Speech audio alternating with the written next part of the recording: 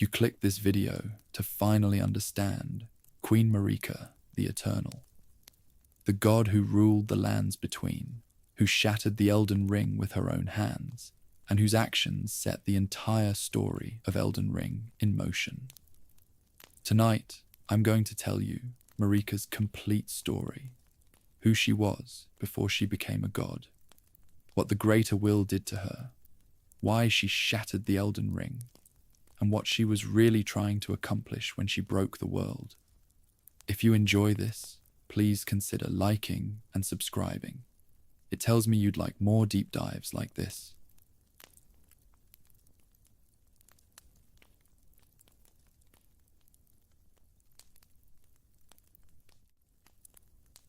Before Marika arrived, long before the sky was choked by the golden radiance of the Erdtree, the lands between existed as a brutal and chaotic confluence of life known as the crucible. This was a primordial era where the vital energies of all living things were blended into a singular and swirling current, and the world was defined not by the singular will of a goddess, but by disparate and competing powers. The crucible was the predecessor to the Erdtree, a state of being where life teemed with a raw and often monstrous abundance, where horns, feathers, and scales were not viewed as omens of a curse, but as vestiges of a time when all biology was one. This was an age of biological competition and spiritual diversity, where the land was a patchwork of warring cultures, each vying for the favor of external cosmic forces or the strength of the earth itself. In this ancient landscape, the hierarchy was dominated by the ancient dragons, who ruled from the crumbling and skybound city of Farum Azula. Their lord, Placidusax, she served as the Elden Lord of a previous age, reigning under a god who eventually fled, leaving the dragons to preside over a world that was slowly beginning to fracture. While the dragons held the skies, the stars dictated the fate of the Carian royals and the astrologers of the mountaintops, and the subterranean Uul and Rao dynasties carved out civilizations that worshipped the natural flow of life. There was no golden order to categorize the divine from the profane. Instead, the world was a rugged wilderness where life emerged from the earth with a violent and beautiful urgency. The concept of death during this time was not the clinical and recycled process that would later define the reign of Marika. Death was a cold and ghost-lit reality presided over by the deathbirds and the twin bird, envoys of an outer god who processed the dead through the cleansing heat of ghost flame. Life was not a gift from a golden tree, but a rugged emergence from the earth. The crucible's influence meant that life was constantly in a state of flux, where the boundaries between species were porous and the divine was found in the messy and tangible reality of flesh. This was the world that the Hornsent, the dominant culture of the Shadow Realm, sought to master through their gruesome spiritual rituals, viewing the blending of life as the highest form of holiness. Marika did not arrive in a vacuum of power, but into a world that was already ancient and thick with its own traditions. The lands between were a theatre of grand and terrifying entities, from the fell god of the fire giants to the formless mother. The Erdtree was merely a future possibility, a seed that had yet to germinate in a soil that was already soaked in the blood of countless other orders. To understand Marika, one must first visualize this prehistoric world, a place of red-gold heat and primordial storms, where the sky was grey and the only gold to be found was hidden deep within the tangled roots of the crucible. It was a world of absolute freedom and absolute danger, and it was the world that Marika would eventually shatter and rebuild in her own image. The transitions of power in this era were not marked by the slow fading of light, but by the violent shifting of cosmic tides. The greater will had already made its presence felt through the arrival of the Elden Beast, but it was merely one of many voices whispering to the inhabitants of the lands between. The dragons, the giants, and the stargazers all held pieces of a puzzle that Marika would eventually solve through force. Before the goddess, there was no eternal. There was only the shifting and breathing reality of a world that was still being born. It was a time of savage grace, where the only law was the law of the strongest, and the only order was the order of the storm.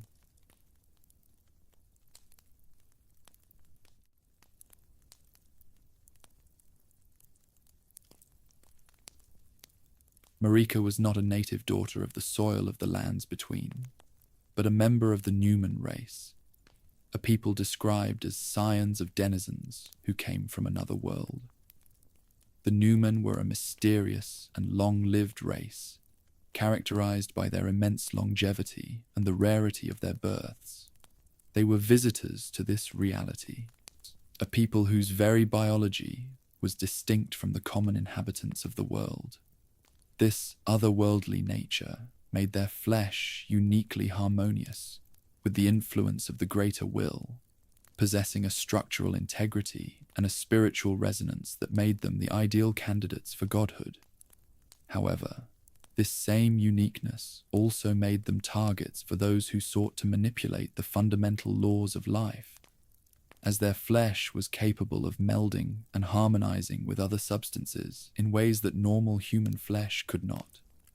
The Numen were a people of the stars and the void, carrying with them a cold and silver elegance that stood in stark contrast to the red and earthy crucible of the lands between. Their origins outside the world suggest a connection to the eternal cities and the Nox, who shared their silver-blooded lineage and their desire to forge a lord of their own. Marika carried the weight of this heritage, a heritage of isolation, of being an outsider in a land of primal heat.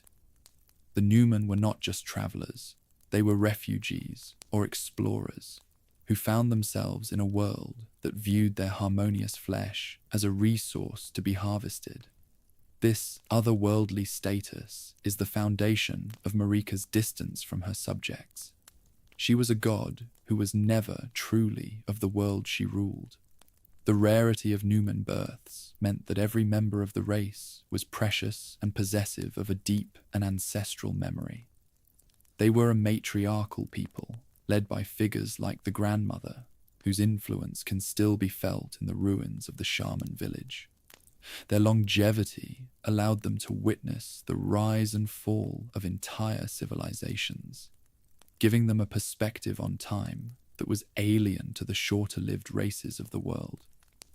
This perspective likely fueled the ambition of Marika, as she sought to create an order that would match the eternal nature of her own people. The Numen were the architects of the eternal, but they were also the victims of the world's jealousy, as their harmonious flesh became the glue that the Hornsent used to construct their twisted version of sainthood. In the lore of Elden Ring, the Numen are often associated with the Black Knife assassins, who were all women of Numen stock and rumored to have close ties to Marika herself. This connection highlights the secretive and lethal nature of the race. They were a people of shadows and silver, capable of moving through the world unseen. Marika was the pinnacle of this race, a woman whose beauty and power were merely the surface of an ancient and alien intellect. To talk about Marika without talking about the Numen is to ignore the very essence of her being. She was a guest who decided to become the host, a visitor from another world who reshaped the lands between to fit the cold and eternal standards of her kin. The Numen represent the other in the story of Elden Ring, a reminder that the greater will's influence is a cosmic and extraplanar force. Marika's ascension was not a natural evolution of the lands between, but an imposition of an external an alien order. Her flesh, being of another world, was the only vessel capable of containing the Elden Ring and the Elden Beast without being instantly consumed. This alien biology is what allowed her to survive the Shattering and the Imprisonment that would have killed any mortal. The Numen are the silent foundation of the Golden Order, a race of visitors who brought the concept of the eternal to a world that was once defined by the cycle of rot and rebirth.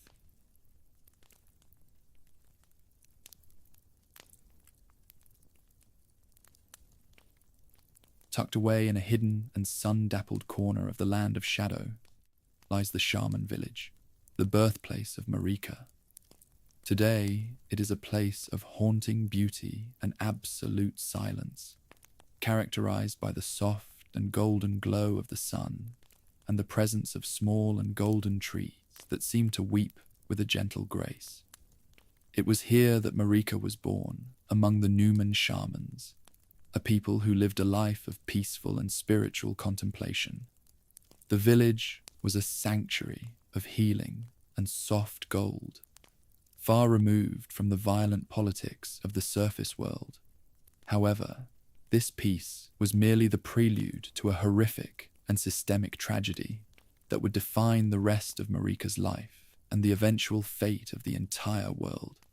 The shamans were a people of Miko, holy women and priestesses who performed religious rites and possessed a unique and harmonious biological nature. Their flesh was said to meld easily with others, a trait that was intended for healing and spiritual union, but was instead exploited by the dominant Hornsent culture. The Hornsent, who ruled from the soaring towers of Belurat and Anir Elim, viewed the shamans not as people, but as raw material for their divine rituals. They would descend upon the shaman village, stealing the inhabitants away to be used in the creation of saints. This was the beginning of the original sin that Marika would spend her entire godhood trying to avenge. The village today is a ghost of what it once was. When the player visits, they find the minor Erdtree incantation, a secret kindness that Marika left behind for a people who were already gone. She bathed her home in the healing light of gold, knowing full well that there was no one left to heal. This act of futile and mournful grace is one of the most human moments in Marika's history.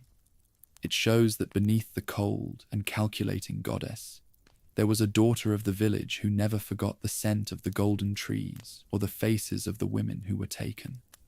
The shaman village is the heart of Marika's tragedy, the place where her humanity was buried before her divinity was born.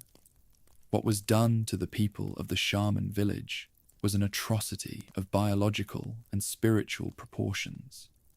They were treated as glue for a holy project they never asked to be part of. Their bodies broken and combined with the flesh of sinners in the hopes of creating something divine. This trauma is the engine that drives Marika's entire character. Her later obsession with the Golden Order and the exclusion of the Hornsent was not born from a desire for justice, but from a desperate and shattered need to ensure that her people's fate would never be repeated. The silence of the shaman village is the loudest part of the Elden Ring lore, a mute testament to the cost of Marika's ascension. The shaman village serves as a reminder that every god has a beginning rooted in the dirt. Marika was not born on a throne.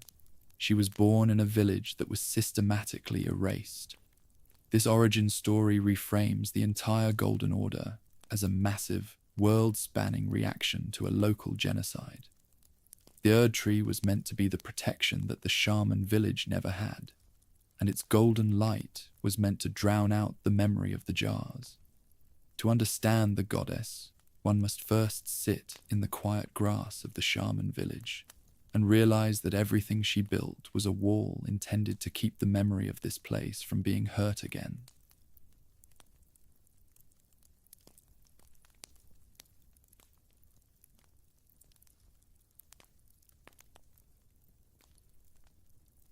The Hornsent were a culture obsessed with the concept of the spiral and the ascension of life toward the divine. But their methods were as gruesome as their architecture was grand.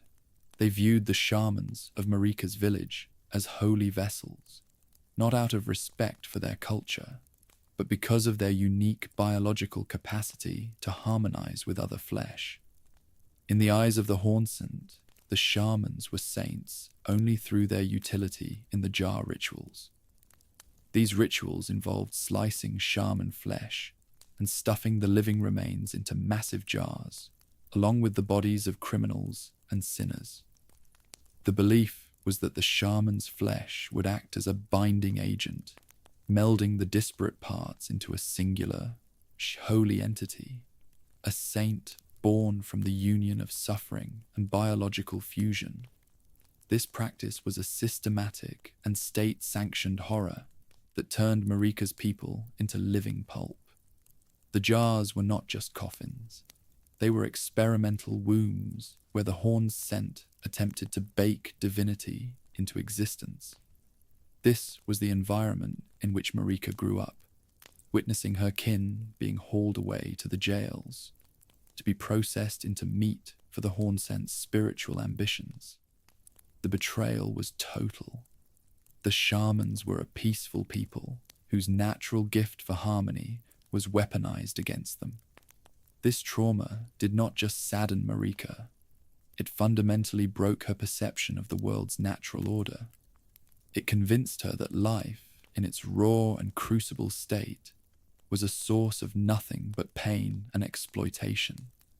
The jar rituals are the reason Marika's golden order is so obsessed with purity and the exclusion of the horn. To Marika, the Hornsent and their crucible worship were the architects of her people's extinction. When she eventually rose to power, her first act was to cast the land of shadow into a separate dimension, sealing away the Hornsent and their jars to rot in a stagnant twilight. Her entire crusade was born from the trauma of seeing her people turned into objects. She sought a power that was so absolute and so golden that it could overwrite the memory of the jars forever. This is why the Golden Order is so rigid. It was designed as the ultimate antithesis to the chaotic, melding horror of the Hornsent rituals. The irony of Marika's story is that in her quest to destroy the monsters who made the jars, she became a monster of a different kind. She used the very power she gained from her trauma to inflict a different kind of systematic suffering upon the world. The jars of the Hornsent were small, physical containers of flesh, but Marika's Golden Order became a world-spanning jar that trapped all of reality within her singular vision.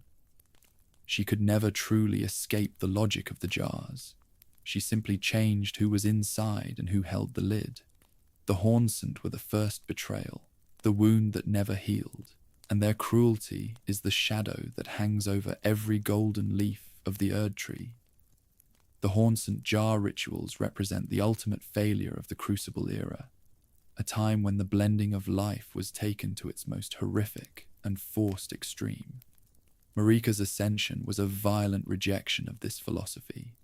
She chose the Golden Order because gold does not blend, it dominates. She chose the eternal because the jars represented a terrifying and forced transformation. The trauma of the living pulp made her a god who feared change and loathed the organic messiness of life. Every war she fought and every soul she claimed was a strike against the memory of the Hornsent, proving that the Golden Order was never about grace, but about a survivor's desperate and world-shattering revenge.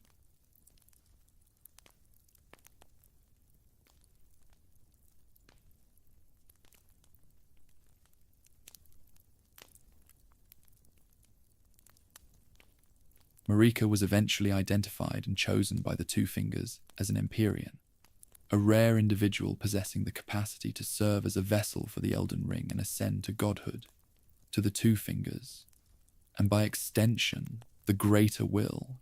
Marika was not a person with a history or a heart, but a biological and spiritual candidate. Her numen flesh, with its inherent harmony and otherworldly resilience, made her the perfect candidate to house the Elden Beast. The selection of an Empyrean is not an act of love or merit. It is a cold calculation of cosmic compatibility. To the Fingers, Marika was a tool through which a new law could be imposed upon the lands between, a means to an end in a struggle for planetary control. To Marika, however, the selection represented something entirely different. She was a woman from a village of ghosts, a survivor of an atrocity that had no name. She did not seek godhood out of a desire for spiritual enlightenment. She sought it as a desperate and violent necessity. Becoming an Empyrean was the only path to the power required to exact revenge on the Hornsent, and to ensure that no one would ever be stuffed into a jar again. She accepted the yoke of the Two Fingers because it gave her a weapon. She was willing to become a vessel for a cosmic entity if it meant she could rewrite the laws of the world that had allowed her people to be processed into pulp. This selection also meant that Marika was granted a shadow, a beast man sworn to her service and her surveillance. This was Maliketh, a terrifying warrior who would serve as both her blade and her jailer. The presence of a shadow is a constant reminder that an Empyrean is never truly free. They are watched by the Two Fingers at all times, their destiny guided by a force they can barely comprehend. Marika's journey toward godhood was a walk down a narrow path, where every step was monitored. She had to maintain the appearance of a loyal vassal, while harboring a heart that was blackened by trauma, and a mind that was already plotting the destruction of her enemies. The Empyrean selection effectively stripped Marika of her private self. From the moment she was chosen, she belonged to the greater will. She was groomed for a role that would require her to abandon her humanity and become a symbol. This is the root of the god who hated being a god. She took the deal because it was the only way to save the world from the Hornsent, but she realized too late that she had simply traded one form of slavery for another. The Two Fingers chose her for her flesh, but they ignored the fire that was burning inside her, a fire that would eventually lead her to shatter the very order they tasked her with building. The selection also implies that there were other candidates, other Empyreans who failed or were discarded. The Gloam-Eyed Queen was likely one of these rivals, a candidate who represented a different vision for the world. Marika had to survive this competition, proving her worth through blood and conviction. She was the one who was willing to go the furthest, the one whose trauma gave her the edge of absolute ruthlessness. The Two Fingers didn't choose the best person. They chose the person most capable of imposing a singular and unyielding will upon a chaotic world. They chose a survivor, and in doing so, they ensured that the Golden Order would be born from a heart that knew nothing but the need for total and absolute control.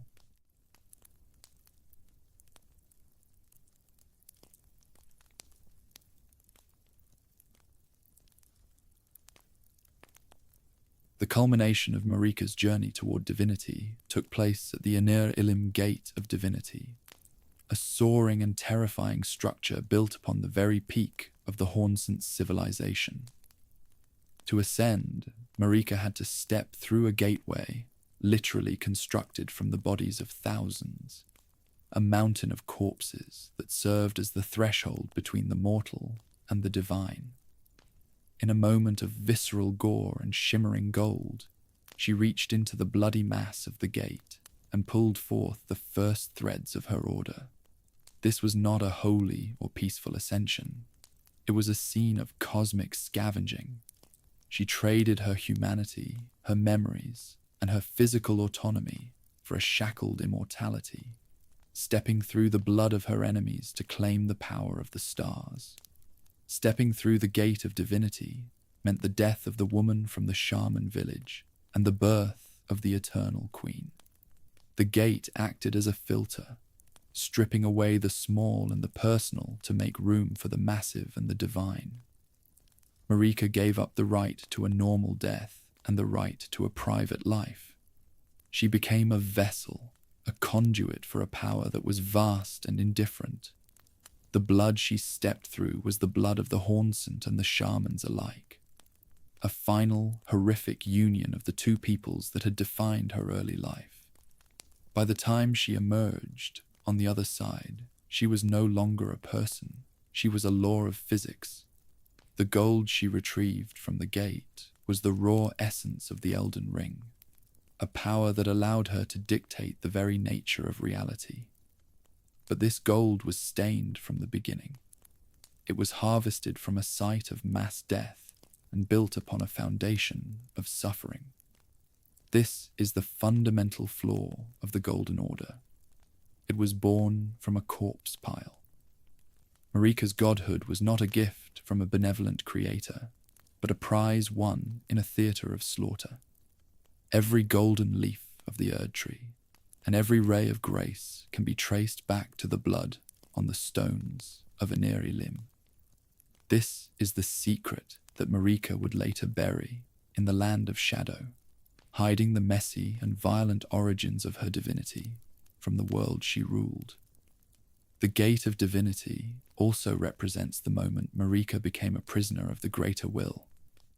By claiming the title of God, she became the permanent vessel for the Elden Beast. She was no longer a ruler in her own right, but a vassal of a cosmic force that used her as a physical anchor for its influence. She gained the power to destroy the Hornsent, but she lost the power to walk away. Her godhood was a cage of gold, a magnificent and world-shattering prison that she would spend the next several millennia trying to break. The gate of divinity was not an entrance to paradise, but the door to a golden cell that would eventually drive her to the brink of madness. Ultimately, Marika's ascension at the gate defines the theme of the entire game, that power always comes at the cost of the soul. She sought divinity to fix a broken world, but the act of becoming a god required her to participate in the very cruelty she sought to end. She became the peak of the mountain of corpses, the singular survivor of a genocide who turned the world into a jar of her own making. The Gate of Divinity is a monument to the original sin of the Golden Order, a reminder that the light of the Erdtree is fueled by the darkness of the past. When Marika stepped through that gate, she ensured that the lands between would be a place of eternal life, but she also ensured it would be a place of eternal suffering.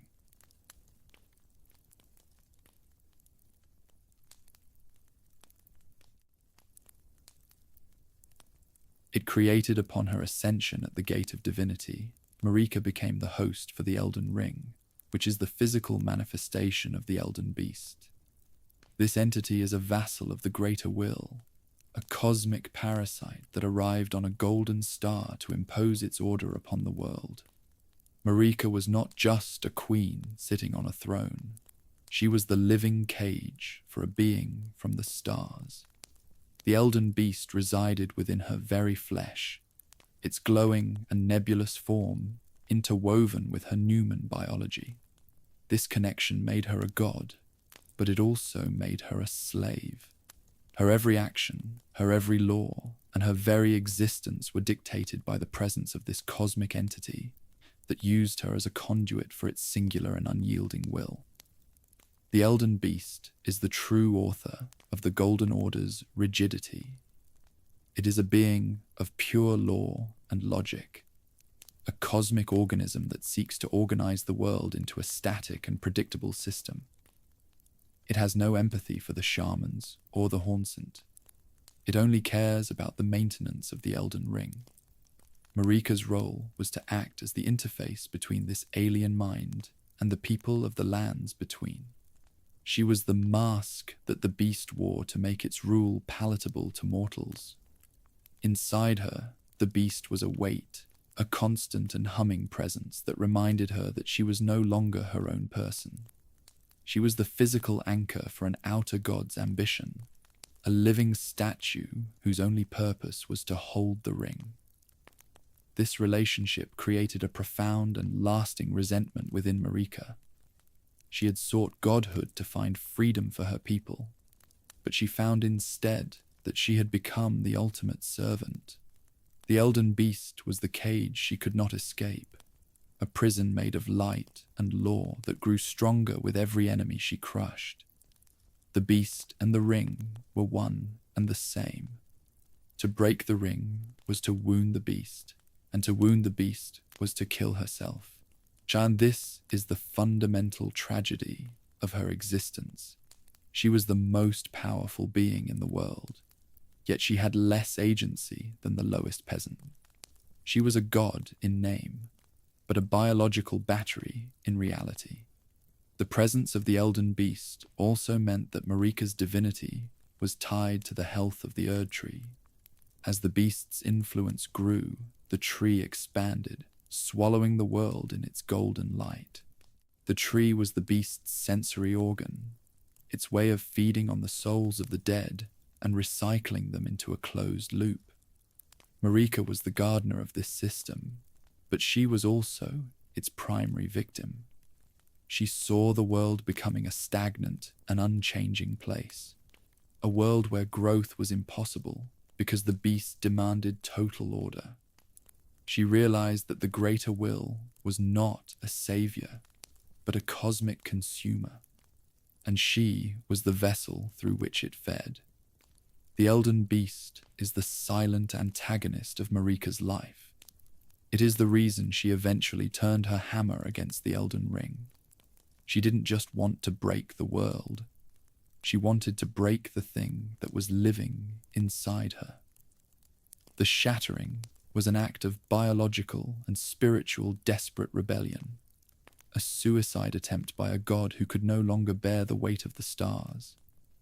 The beast responded by impaling her, turning her into a literal statue within the Erdtree, a final and cruel irony for a woman who sought to be the master of her own fate. The Elden Beast is the gold that turned to lead, the cosmic vassal that turned a savior into a slave and a world into a cage.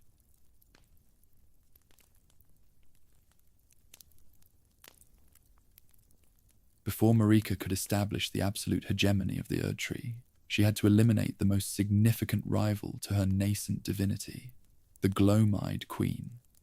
This mysterious figure was an Empyrean, chosen by the Two Fingers just as Marika had been, but she represented a diametrically opposed vision for the lands between. The Gloam-Eyed Queen led the Godskin Apostles, a cult of lethal warriors who utilized the Black Flame, a power specifically designed to flay the flesh of gods and goddesses. This queen was not just a political opponent. She was an existential threat to the very concept of Marika's eternal order. While Marika sought to create a world of golden, unending life, the Gloam-Eyed Queen presided over the inevitable end of the divine, proving that even those who held the power of the stars could be slaughtered and consumed. The conflict between these two Empyreans was the first great war of the post-Ascension era. Marika did not face this rival herself, but unleashed her shadow, Malekith, the Black Blade. The battle was a collision of fundamental cosmic forces, the nascent gold of the Erdtree against the god-slaying hunger of the Black Flame. Malekith eventually triumphed, defeating the Gloam-Eyed Queen and sealing away the power of her flame. This victory was the definitive moment that secured Marika's monopoly on the divine. By crushing the only other being capable of killing a god, Marika effectively removed the exit from the universe. She ensured that her rule would not just be powerful, but permanent, effectively outlawing the only force that could hold her accountable. The defeat of the Gloam-Eyed Queen also served as a dark prelude to Marika's relationship with death. The The godskin apostles wore the skin of the gods they killed, a physical manifestation of the biological reality that life must feed on life. Marika found this cycle repulsive, a reminder of the fleshy horrors of the Hornsent jars. By destroying the queen and her cult, Marika was attempting to sanitize reality, remove the gore of the natural cycle in favor of a clean, golden loop.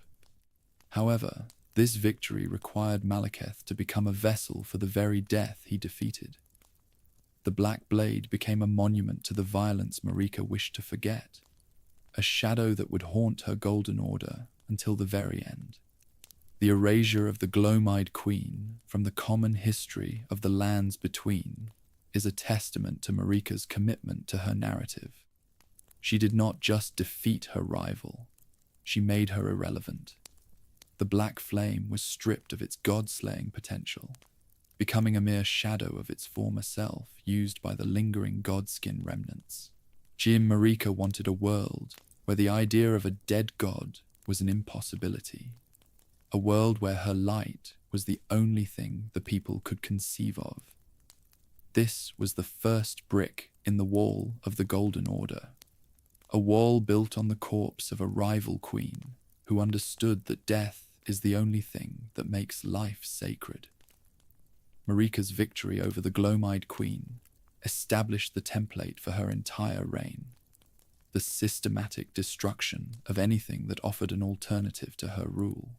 She proved that she was the most ruthless of the Empyreans, the one willing to commit any atrocity to ensure the safety of her vision. But by removing the threat of the Black Flame, she also removed the world's natural release valve. She created a world that could only grow in one direction. She toward a golden stagnation that would eventually become its own kind of torture. The Gloam-Eyed Queen was the first sacrifice to the Eternal, a warning that in Marika's world, the only way to be a god was to be a slave to the gold. Part 9. Removing the Rune of Death. What Marika did to the Elden Ring and why it changed everything. Marika's most consequential act as a god was the fundamental alteration of the Elden Ring by plucking from it the Rune of Death, also known as destined death. By removing this specific law of nature, she fundamentally broke the relationship between biology and time. In her new Golden Order, nothing was permitted to truly end. Life became a closed loop where the essence of the deceased would return to the roots of the Erdtree to be recycled and reborn, rather than passing into the cold. She ghost-lit void of the previous era. This was the birth of the Eternal, a world where the passage of time had no ultimate consequence, and where the natural conclusion of a life was viewed as a forgotten, archaic error. The removal of the Rune of Death was not a gift of mercy, but a strategic move to ensure the permanence of her reign. Without death, Marika and her lineage could never be replaced. She created a world where her children and her lords would persist forever, effectively freezing the social and spiritual hierarchy in place. This was her response to the trauma of the shaman village. If no one can die, no one can be lost. She attempted to engineer a universe where grief was an obsolete emotion. However, this act of cosmic arrogance turned the lands between into a world of living ghosts. Without the natural pruning of death, the world began to accumulate a spiritual and biological debt that it could never repay, leading to the eventual stagnation of the entire civilization. The Rune of Death was sealed within the blade of her shadow, Malekith, making him the sole custodian of the world's mortality. This made Malekith the most feared and isolated being in the lands between. He became the death that everyone else had forgotten, a hidden monster lurking in the shadows of the Golden Order. Marika turned death into a secret, something to be guarded and feared rather than accepted as a part of life. This created a culture of deep denial, The people of the Erdtree lived in a state of artificial grace, their lives sustained by a golden lie that depended entirely on the silence of a single, blackened sword. By removing death, Marika also fundamentally changed the nature of the soul. Souls were no longer individual narratives that reached a conclusion. They became fuel for the Erdtree. The Erdtree functioned as a massive processing plant for the vital energy of the world, and Marika was its manager. The removal of the rune of death ensured that the Erdtree would never run out of material to feed upon. This was the closed system of the Golden Order, a cycle that served the Greater Will's need for order while satisfying Marika's need for control. But a world without death is a world without change, and Marika's order eventually became a golden cage that trapped everyone in an endless, repetitive present. The removal of destined death is the original sin of the Golden Order in its administrative form. It was the moment Marika decided that her will was more important than the fundamental laws of the universe. She thought she was creating a paradise, but she was actually creating a museum. The inhabitants of the lands between became exhibits in her golden halls, unable to age, unable to pass on, and eventually unable to remember why they were living in the first place. Marika's attempt to banish the grave only succeeded in turning the entire world into one, where the only thing that could truly grow was the Erdtree itself, feeding on the stagnant spirits of a world that was no longer allowed to sleep. Part 10. Godfrey, the warrior. She made into a god and the purpose he served to build her order. Marika required a physical force capable of crushing the old world, and she found that force in the barbarian chieftain Huara Lu. She rebranded this primal warrior as Godfrey, elevating him to the status of the first Elden Lord. Godfrey was the hound of war for the Golden Order, a man of such unbridled violence and physical strength that he could personally execute the transition from the chaotic crucible to the structured Erdtree. However, the raw bloodlust of a barbarian was unsuitable for the regal, divine image Marika wished to project. To solve this, she grafted the beast regent Serosh to Godfrey's back. Serosh acted as a spiritual anchor, suppressing Godfrey's innate hunger for battle and allowing him to function as a king rather than a monster. Godfrey served as the sword of Marika's divinity, while she sat in the heights of Leyndell, weaving the spiritual threads of the Order. Godfrey was on the front lines, personally dismantling every civilization that refused to submit to the Erdtree. He led the assault on the ancient dragons, the giants, and the storm lords, his footsteps carving the borders of Marika's empire. He was the physical manifestation of the Golden Order's expansion, the proof that Marika's gold was backed by the most formidable iron in the world. Their partnership was one of total utility. Marika provided the meaning and the grace, while Godfrey provided the enforcement. He was the architect of the corpse piles that allowed the gate of divinity to remain closed. The relationship between Marika and Godfrey was never one of equals. It was a relationship between a god and her primary tool. Marika used Godfrey to purge the world of the messiness she loathed. He was the one who fought the wars that she wished to keep from the history books. By making him Elden Lord, she gave him a crown, but she also gave him a leash. Godfrey accepted this role because he was a man of the crucible, a man who valued strength and battle above all else. He was willing to be domesticated by Marika because she offered him the greatest challenge a warrior could ask for, the conquest of an entire planet. He was the king of the battlefield, but he was always the subject of the goddess. Godfrey's reign as Elden Lord was the Gilded Age of the lands between. Under his leadership, the Golden Order appeared invincible and glorious. He fathered the first generation of demigods, including Godwyn the Golden, who seemed to personify the perfection of Marika's vision. But Godfrey's presence was always a reminder of the violence that underpinned the gold. He was a barbarian in a silk robe, a man whose very existence was a contradiction. Marika knew that Godfrey was a temporary solution. Once the world was conquered and there were no more worthy foes to fight, his raw, warring spirit would become a liability to a world that demanded peace and stagnation. The purpose of Godfrey was to bridge the gap between the primal past and the golden future. He was the sledgehammer used to clear the ground for the Erdtree. Once the foundation was laid, Marika had no more use for a man of his nature. He was a creature of the crucible, and the Golden Order was designed to move past the crucible. Marika's eventual betrayal of Godfrey, stripping him of his grace and exiling him, was not an act of cruelty, but an act of obsolescence.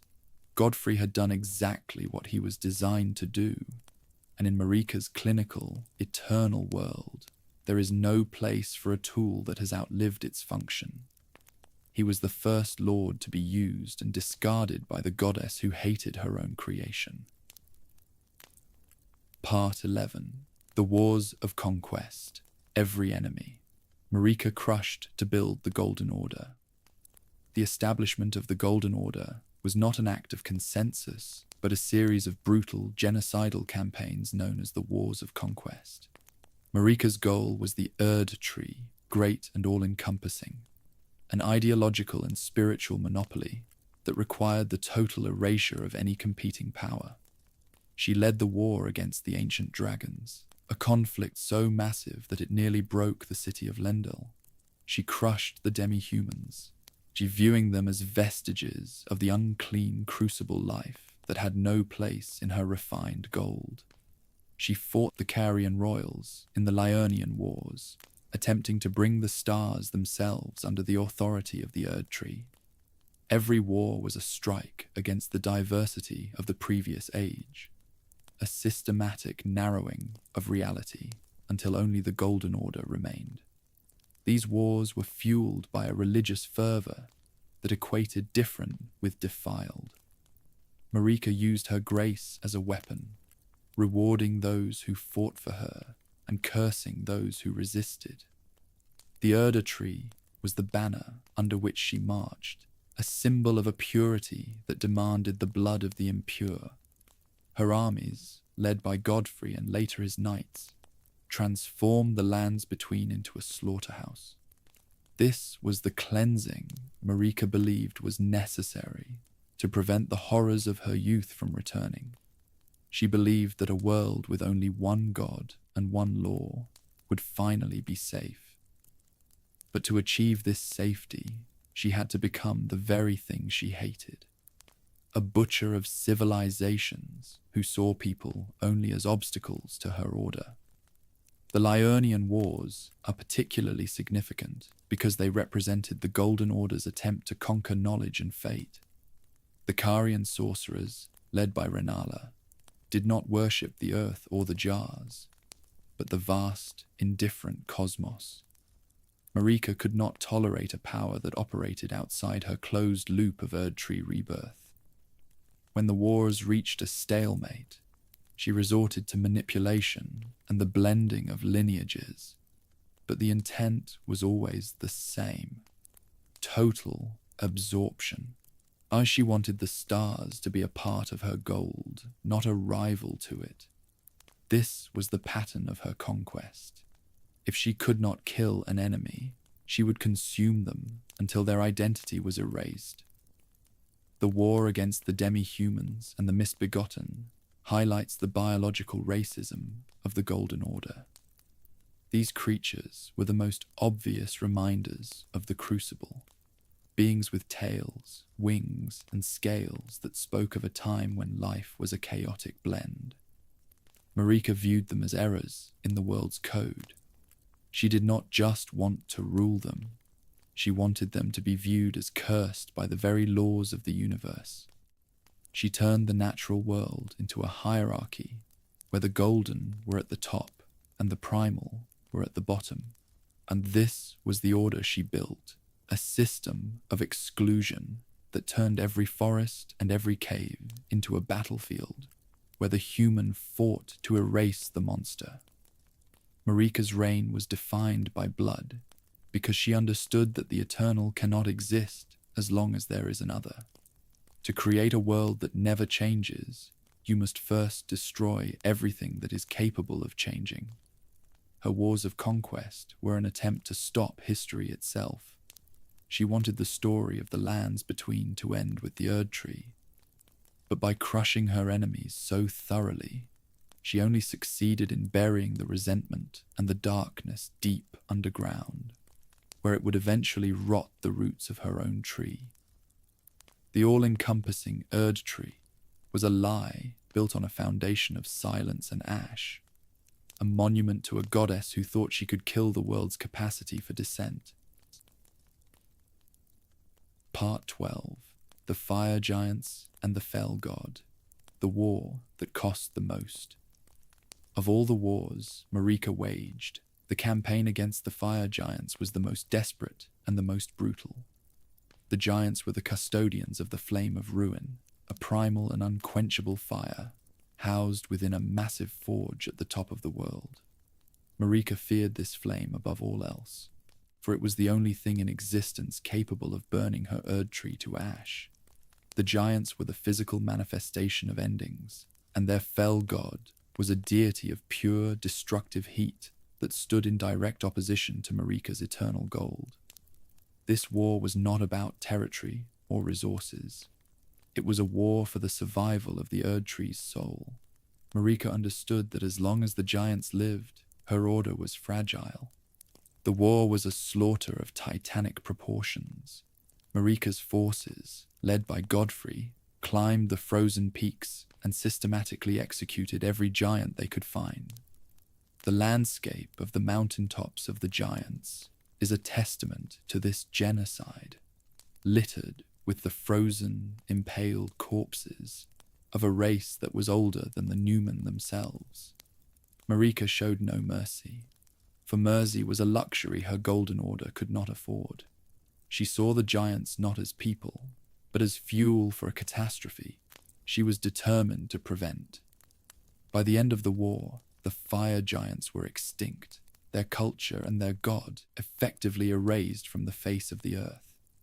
However, Marika discovered a terrifying truth. The flame of ruin could not be extinguished. Even with every giant dead, the fire continued to roar in the forge, a permanent threat to her divinity. In a final act of cruel and poetic irony, she spared a single fire giant, cursing him to tend the flame for all eternity. This lone survivor became the guardian of the forge, a prisoner in his own home, forced to maintain the very thing that had caused the death of his entire race. This was Marika's solution, to turn a threat into a cage. She believed that by shackling the fire, she had finally secured her eternal reign. The cost of this war was more than just the lives of the giants. It was the soul of the lands between. To defeat the giants, Marika had to lean into the most oppressive and violent aspects of her godhood. She had to become a god of ice and iron, freezing the world in a state of permanent vigilance. The war against the giants was the moment the Golden Order became a police state, where the primary focus was no longer on grace, but on containment. The flame of ruin became the skeleton in the closet of the Erdtree, a reminder that the world's end was always just one spark away. The Fire Giant War also left a permanent mark on Marika's own lineage. The red hair of the giants, a mark of the fell god, would eventually reappear in her own children, specifically Radagon and his brood. This was the curse of the giants, a biological haunting that proved Marika could not simply kill her enemies without being infected by them. The red hair was a sign of a foreign fire inside her golden order, a visual proof that her conquest was incomplete. The war against the giants was her greatest victory, but it was also the moment she realized that the eternal is a lie because the fire is always waiting. And no matter how many gods you kill, the end will always find a way to burn. Part 13. The Tarnishing of Godfrey. Why Marika stripped him of grace and threw him out once the fire giants were slaughtered and the last worthy foe of the Golden Order had been crushed. Marika's first Elden Lord, Godfrey, became an obsolescence. The warrior who had been her hound of war suddenly found himself in a world that no longer required his brand of savage, crucible-era violence.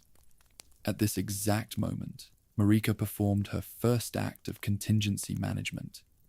She stripped Godfrey and his warriors of their grace. The golden light faded from their eyes, and they became tarnished, a word that would eventually define the lowest and most reviled class of people in the lands between. Marika banished them from her sight, throwing them out of the world she had used them to build, sending them to distant lands to live, die, and grow strong in a world without gods. This act is often viewed as a cold betrayal, but in the context of Marika's long-term plan, it was a calculated investment. Marika realized that her Golden Order was a stagnant system that would eventually fail. By sending Godfrey and his warriors away, she was creating a force from the outside, a group of battle-hardened veterans who were no longer tied to the rules of the Erdtree. She told Godfrey that he would one day be called back to brandish the Elden Ring and fight until the bitter end. He was not being discarded, he was being put into storage. Marika was hedging her bets against the greater will, ensuring that if her order ever needed to be dismantled, she had a god-slaying army waiting in the wings. The tarnishing of Godfrey was also a way for Marika to transition the Golden Order into its next phase. With the barbarian king gone, she could focus on the more refined and logical aspects of her rule. She wanted a king who was a scholar and a loyalist, not a warrior who carried the red heat of the crucible. Godfrey was a reminder of the gore of her ascension. He was the man who had done the dirty work she wanted to forget. By exiling him, she was sanitizing her court, removing the muscular reality of her conquest to make room for the golden illusion of her eternity. Godfrey accepted his fate because he was a man of the warrior's code. He understood that a sword is only useful when there is someone to strike. The banishment of the tarnished created a shadow world of warriors who lived and died in the Badlands and beyond. These people became the most dangerous entities in the multiverse, because they were the only ones who knew what it was like to exist without the protection of a god. They learned the value of struggle, a concept that had been erased from the lands between. Marika was farming a new kind of human, one that was defined by their hunger rather than their grace. This was her ultimate backup plan. She knew that the Elden Beast would eventually trap her, and when that day came, she would need a lord who was not afraid to kill a god. The stripping of Godfrey's grace was the first crack in the facade of the Golden Order. It proved that grace was a commodity that Marika controlled, not an inherent blessing of the soul. She showed the world that even the highest lord could be turned into a pariah at her whim. This act of holy treason against her own husband was the beginning of her slow, methodical dismantling of the system she had created.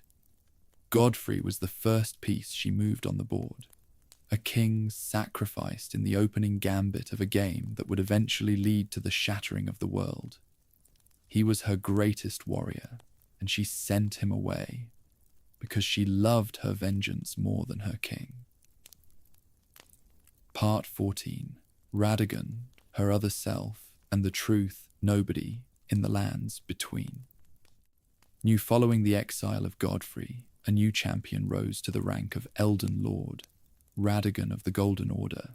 Radagon was a man of striking red hair, an absolute, unwavering loyalty to the fundamentalist laws of the Erdtree.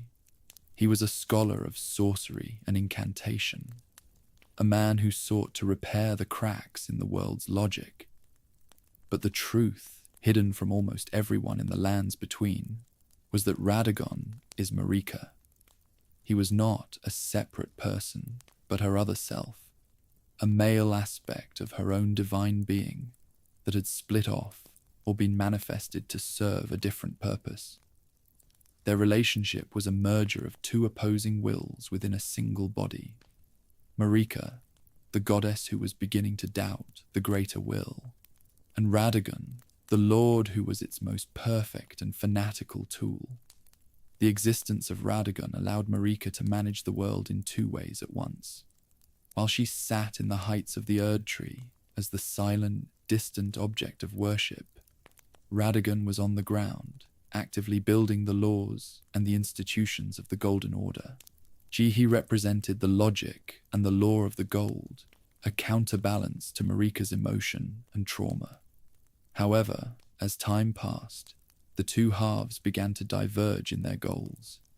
Radagon became increasingly obsessed with regression and causality, the mechanical laws that kept the ring intact. He was the internal jailer that the greater will used to keep Marika in check. They were a two-headed god at war with itself, a literal civil war happening inside the flesh of the most powerful being in the world. Radagon's red hair was his most distinctive feature, and he was said to loathe it, for it reminded him of the fire giants and the fell god. This hair was the mark of the beast on his divinity, a sign that even the most perfect half of Marika was still infected by the enemies they had crushed. So Radagon's desire for perfection was a response to this perceived flaw. He wanted to be pure gold, but he could never escape the red that ran through his veins. This internal tension defined his rule. He was a man who was constantly trying to fix himself and the world, unaware that the flaw was a fundamental part of his own existence as a fragment of a shattered goddess. The marriage of Marika and Radagon was a divine narcissism. By marrying her other self, Marika was effectively sealing her bloodline off from the rest of the world. She was trying to create a closed loop of divinity that did not require any external input. But this self-fertilization resulted in children who were biologically unstable, such as Malenia and Michaela. The union of Marika and Radagon proved that the Golden Order had become inbred and stagnant. They were two mirrors facing each other, reflecting a light that was getting dimmer and more distorted with every generation. Radagon was the maintenance man of a house that Marika was already trying to burn down. Radagon is the most tragic part of Marika's psychology. He is the part of her that wanted to believe in the lie. He is the golden shadow that she could never shake. When Marika eventually shattered the Elden Ring, Radagon was the one who tried to hammer it back together. They were two hands on the same handle, one swinging for freedom and the other for order. This internal fracture is what ultimately broke the world. Radagon was the perfect tool of the greater will, but he was trapped in the body of a woman who had already decided to be a traitor. He is the lord who failed because he was fighting against his own goddess. Part 15. The Liurnian Wars. What Marika was actually doing. When she sent Radagon to Renala. The Liurnian Wars were the Golden Order's most significant failure of pure military force, but they became Marika's greatest triumph of strategic subversion.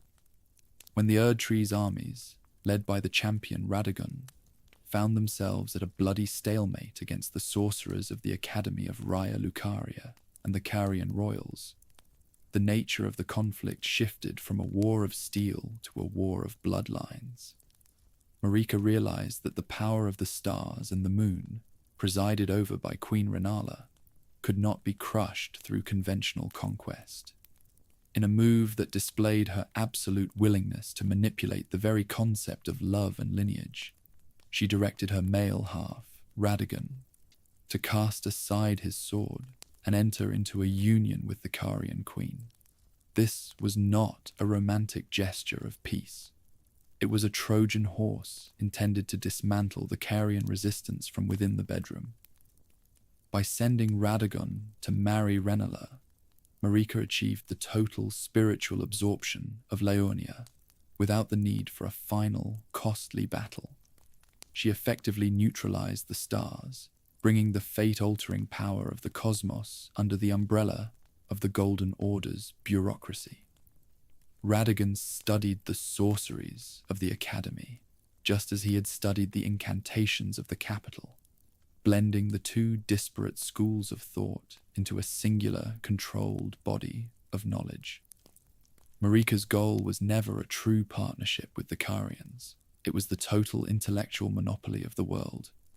She wanted to ensure that no rival philosophy could exist outside her Erdtree, and she used her other self as the primary tool to achieve this assimilation. The marriage resulted in the birth of three powerful demigods, Rykard, Radan, and Rani. While these children were raised as Carian royalty, they were fundamentally tied to Marika's own bloodline. Through this union, Marika successfully farmed the next generation of lords from the very people she could not defeat in the field. She was looking for new talent to bolster her dying order, and she found it in the brilliant minds of the Carians. However, this merger was also an act of profound cruelty toward Rennala. Radagon was a manifestation of Marika's will, a puppet sent to seduce and then eventually abandon the Moon Queen once the strategic goal had been met. When Marika's war with the giants ended and Godfrey was banished, she called Radagon back to Lendel to become Elden Lord. He left Rennala with nothing but a great rune and a broken heart, a betrayal that shattered the Queen's mind and left Liurnia in a state of permanent stagnation. This was the dark reality of Marika's diplomacy. She did not want a world of peaceful coexistence. She wanted a world where the Erdtree had already won. The Liurnian wars ended not with a treaty, but with the total emotional and political collapse of the Carian house, orchestrated entirely by the woman who sat in the heart of the Erdtree. The union of the moon and the sun was a lie designed to mask a hostile takeover. Marika proved that her influence was not limited to the battlefield. She could invade a heart as easily as she could invade a kingdom. By absorbing the Carian lineage, she made her own golden order more complex, but she also introduced the very seeds of her own destruction. Rani, the daughter born of this manipulation, would eventually become the architect of the conspiracy that ended the age. Marika's brilliance in subverting Liurnia created the very weapon that would eventually be used to kill her favorite son, proving that even a god cannot manipulate fate without paying a price. Part 16. Messmer, the sun. She buried in the Shadow Realm and erased from history. Long before the world knew the names of Godwyn or Redan, Marika bore a son named Messmer. He was her firstborn of the Shadow, a child born from the messy and violent transition into godhood. Messmer was born with a base serpent dwelling within him, a primordial and gluttonous entity that Marika feared above all else.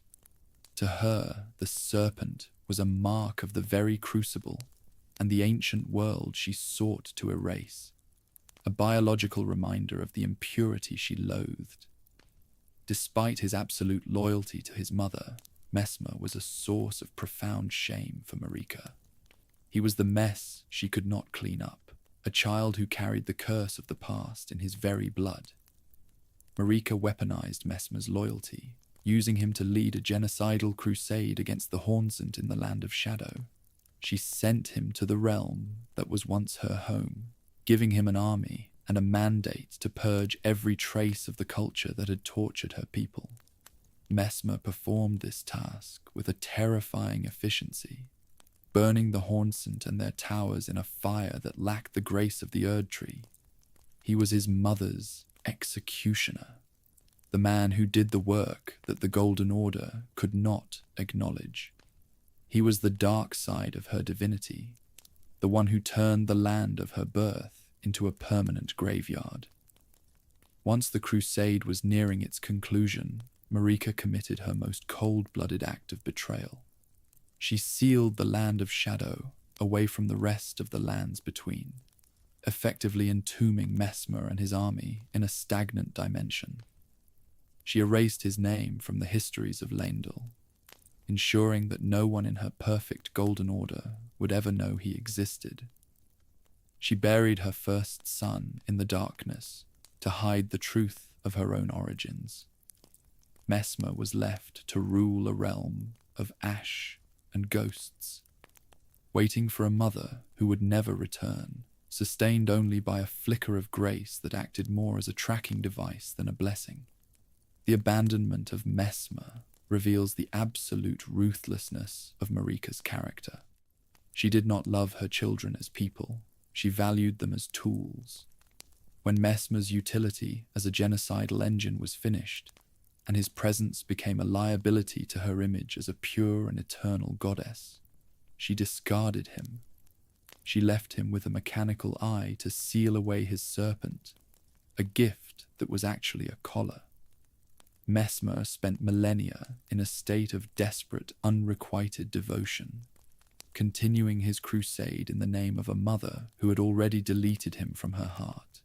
He is the ultimate victim of Marika's ambition, a man who burned the world for a goddess who found him repulsive. The existence of Messmer proves that the Golden Order was built on a foundation of hidden atrocities. For the Erdtree to be seen as a symbol of life, Marika had to ensure that the man who brought its fire was never seen. Messmer is the shadow of the throne, the secret brother who carries the sins of the mother. His story is a requiem for those who serve a god with blind loyalty, only to be buried when the sun rises. Marika's divinity required the total erasure of her past, and Messmer was the most significant part of that past. By sealing him away, she thought she could start fresh, but the serpent in Messmer's heart was just a reflection of the darkness that was already growing in her own. Part 17. Malenia and Miquella, the children born. Cursed, and what that said about Marika's power. The final children of Marika's lineage were the twins, Malenia and Miquella, born of the singular union between Marika and her other self, Radagon. Because they were born of a single god, they were intended to be the most pure and perfect expressions of the Golden Order's divinity. Instead, they were born profoundly cursed. Malenia was infected from birth with the scarlet rot, a stagnant and parasitic essence of an outer god that caused her flesh to rot and fall away, even as she maintained her godlike strength. Miquella was cursed with eternal childhood, possessing the mind of a genius and the charisma of a god, but trapped forever in a body that would never grow or mature. These curses were not random accidents. They were the biological evidence that Marika's Golden Order was fundamentally unstable.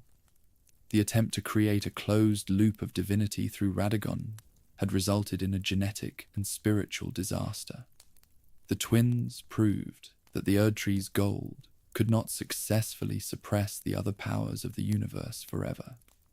The scarlet rot in Malenia was a sign that the cycle of decay was fighting back against the eternal, and the eternal childhood of Miquella was a metaphor for the stagnation of the world itself. They were the beautiful, broken masterpieces of a goddess who had lost control of her own creation. Marika's reaction to these children was one of distant, clinical observation. She watched as Miquella abandoned the Golden Order to create his own Erdtree, realizing that her light was not enough to cure his sister. The twins represented the failure of her original vision. She had wanted to create a world without suffering and without end, but her own children were the greatest sufferers in the lands between.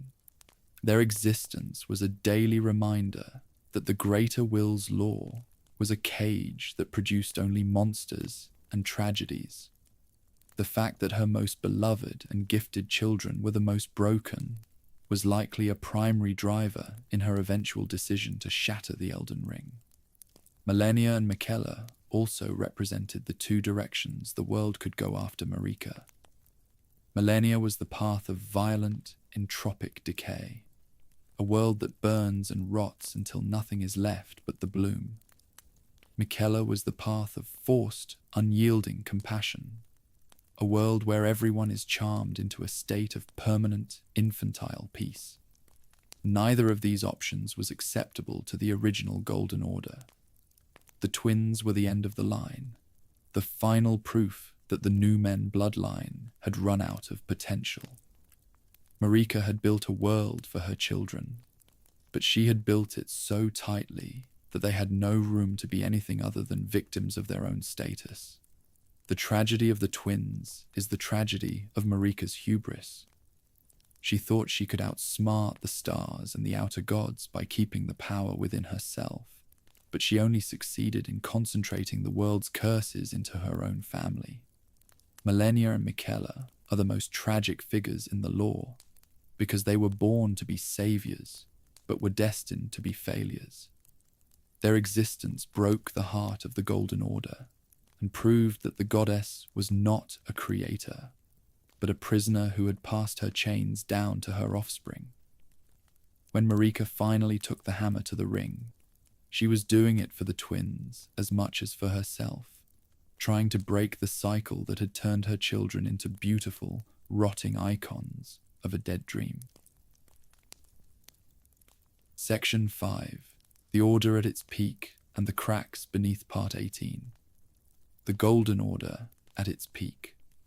What Marika built and who it actually served. At its absolute height, the Golden Order provided the lands between, with a world that was physically stunning and spiritually certain. There was no death, no war, and no doubt.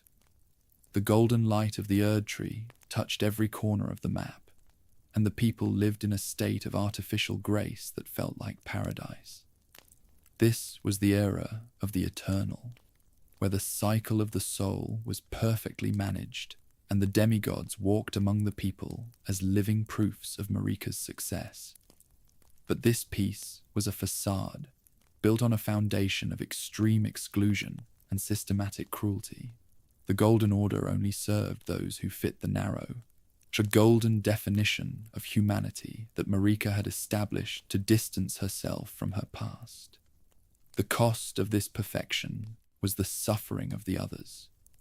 The omens, such as Morgoth and Morg, were born with horns and tails, marks of the crucible that Marika loathed.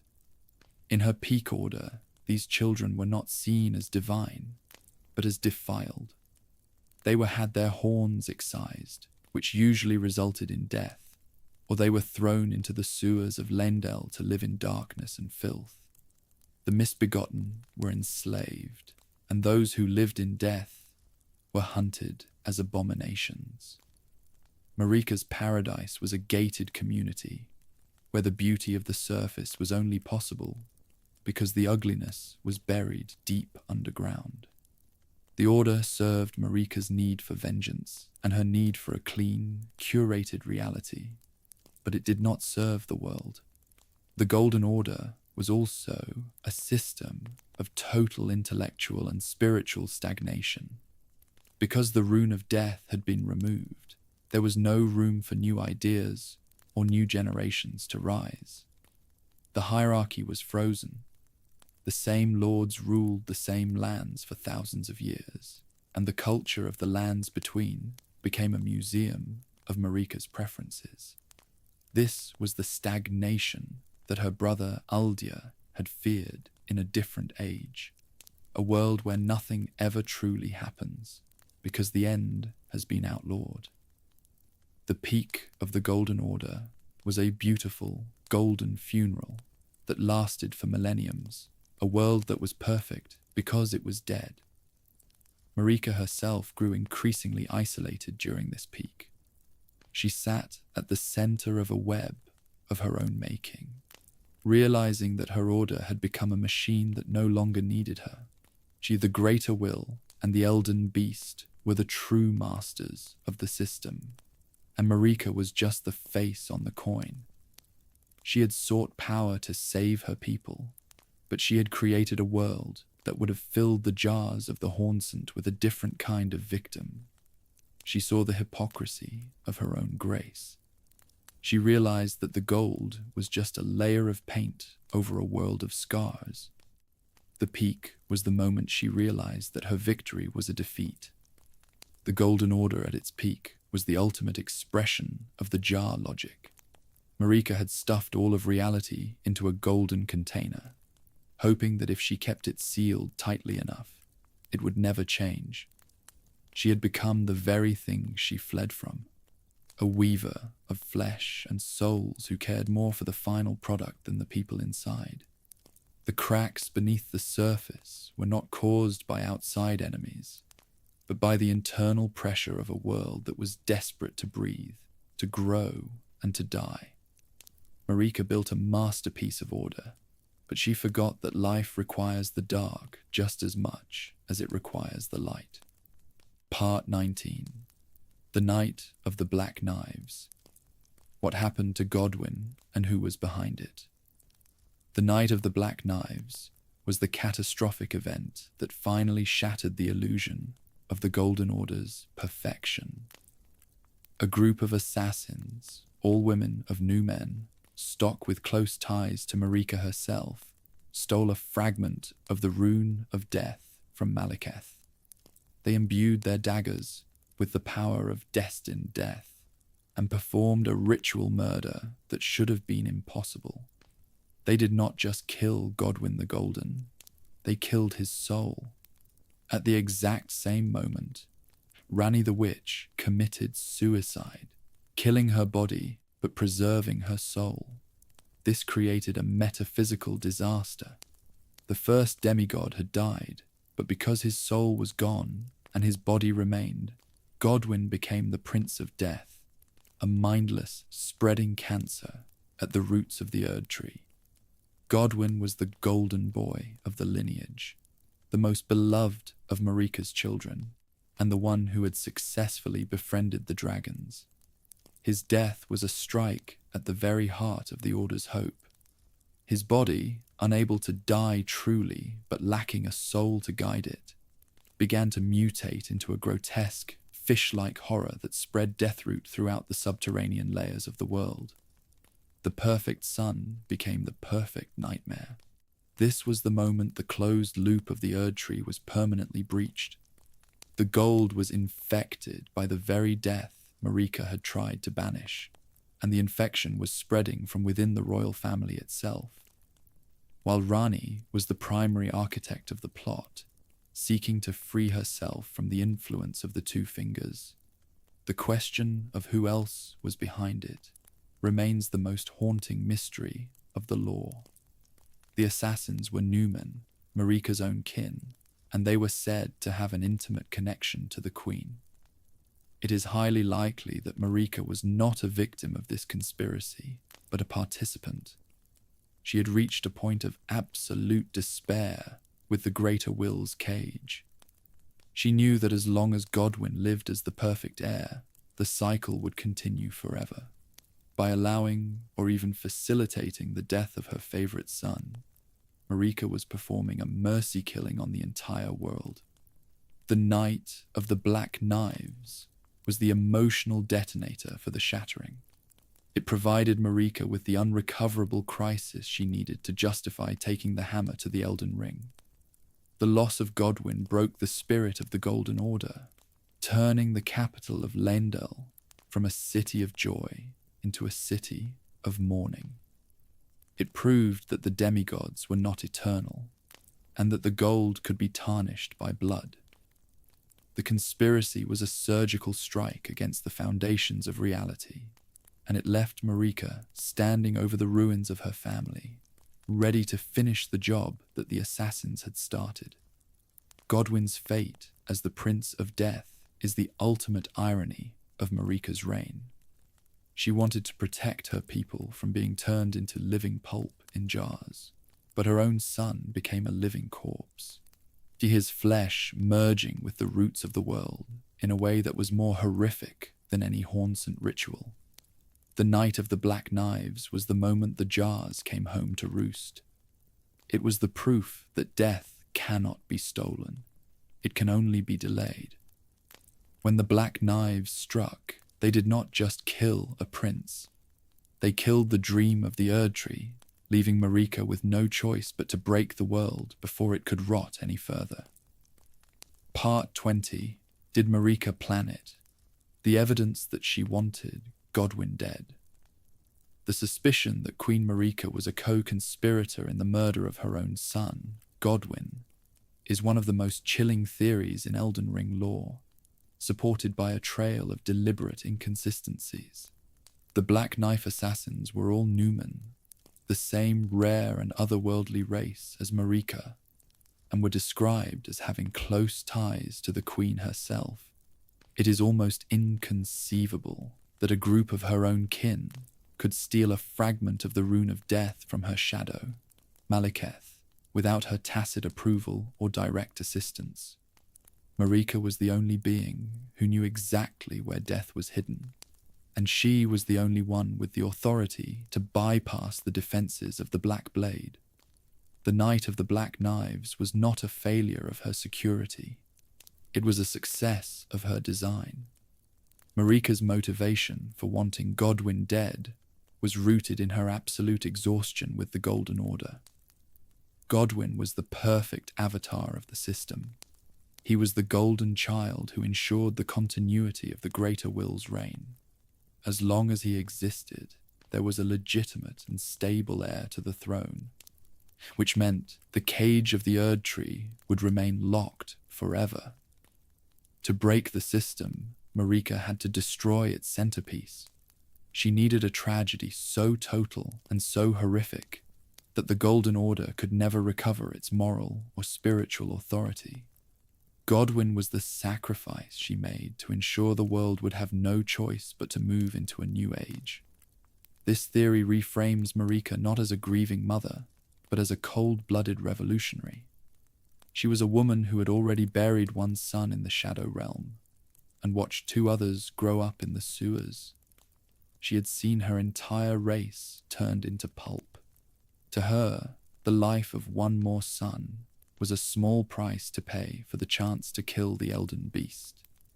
She used Rani's ambition as a cover for her own, allowing the witch to take the blame for the conspiracy, while Marika provided the tools. By killing Godwyn's soul but leaving his body, she created a biological ticking clock, an infection of death that would force the Greater Will to intervene, giving her the opening she needed to strike the ring. The evidence is also found in Marika's later actions. She did not hunt down the assassins with the fury of a vengeful mother. Instead, she turned her attention to the Elden Ring itself. She used the chaos of the murder to trigger the Shattering, an act that had clearly been planned for a long time. She had already prepared the Tarnished, already chained Huge, and already sent Godfrey away. The death of Godwyn was the final piece of the puzzle, the emotional justification for her holy treason. She played the part of the broken goddess, but she was the one who had sharpened the knives. Ultimately, the idea that Marika planned the Night of the Black Knives makes her the most terrifying figure in the history of the lands between.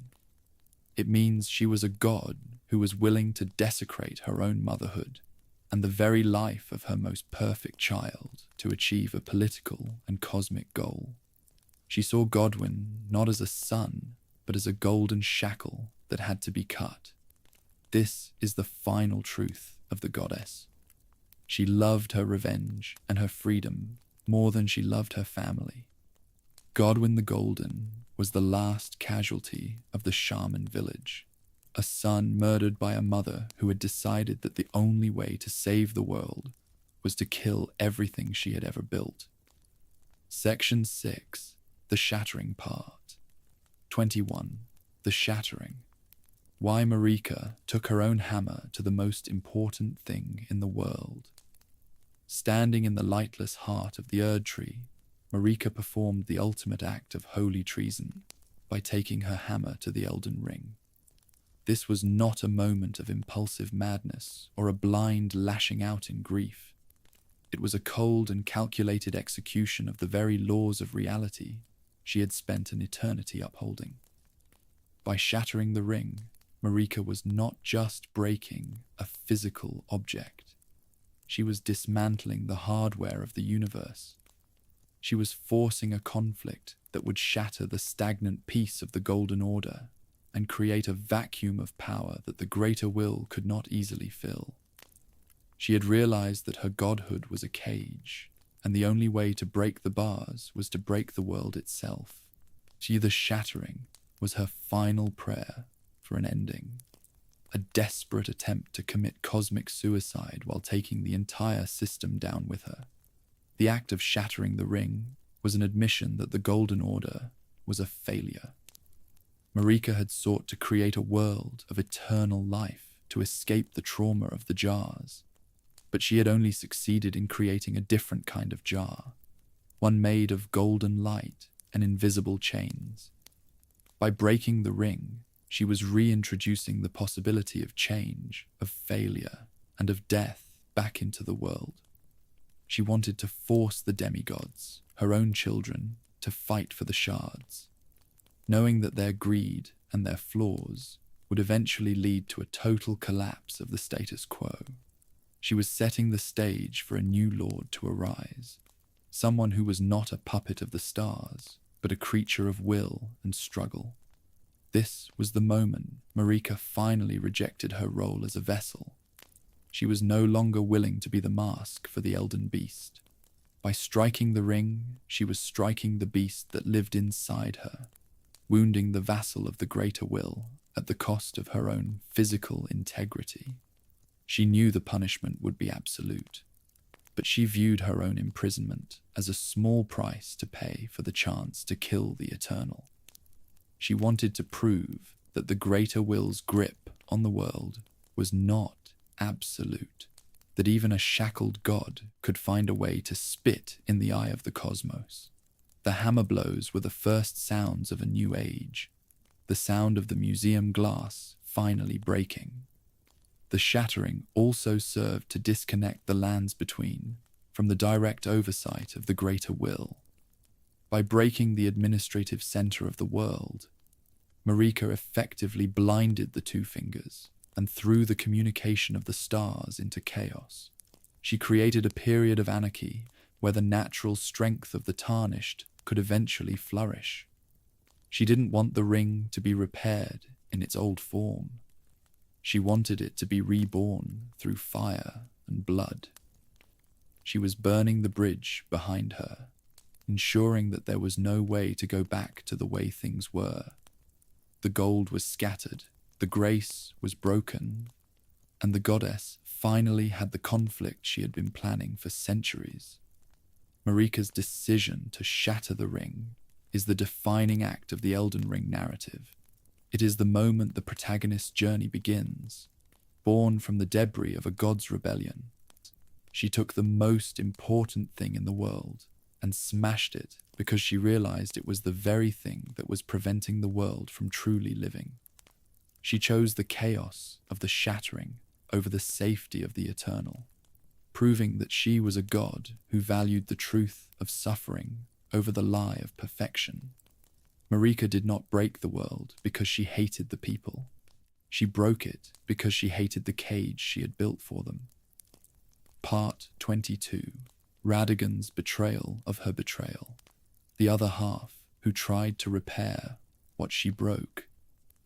As Marika swung her hammer to dismantle the Elden Ring, her other half, Radagon, fought with a desperate and fanatical intensity to repair what she was breaking. This was a literal civil war occurring within a single physical body, a grotesque and tragic struggle between two wills that were fundamentally joined but ideologically opposed.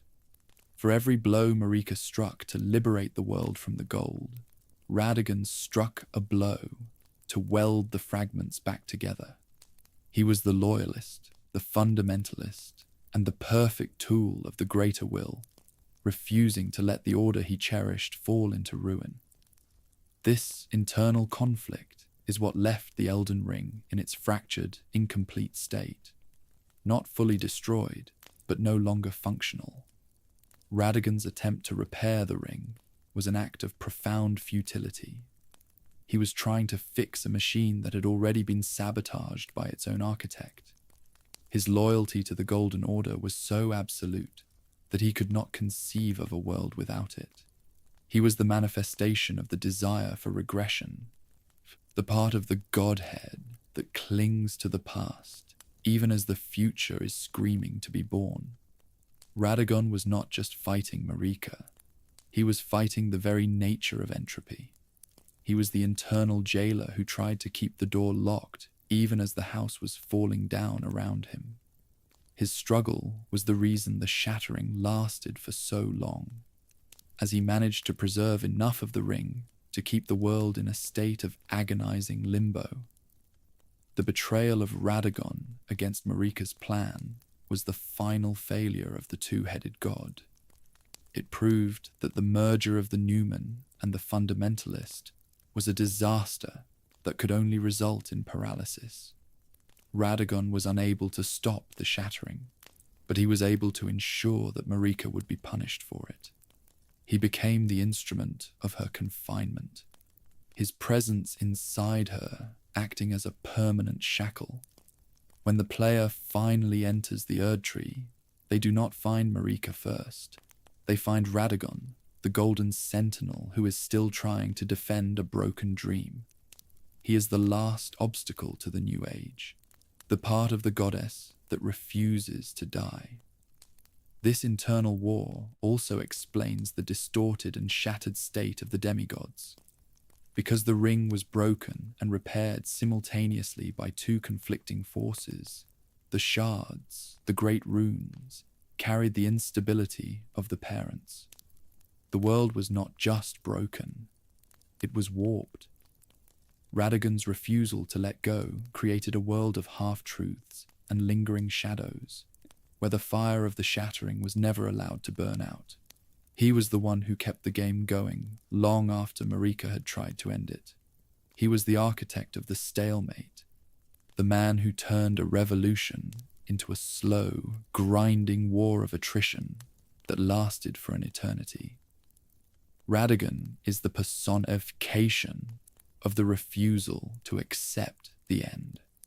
He represents the part of humanity and divinity that is terrified of the dark and will do anything to keep the light flickering, no matter how much suffering it causes. He was Marika's greatest mistake, the part of herself she could not control and could not kill. When she shattered the ring, she was trying to shatter him too. But Radagon persisted, a stubborn and red-haired ghost of the Golden Order, proving that the hardest thing to destroy is not a god, but a belief in the necessity of order. He is the tragic echo of a goddess who tried to be two things at once and ended up as nothing at all. Part 23. Imprisonment in the Erdtree. The punishment and what it meant. For her act of holy treason, Marika was subjected to a punishment of cosmic and eternal cruelty.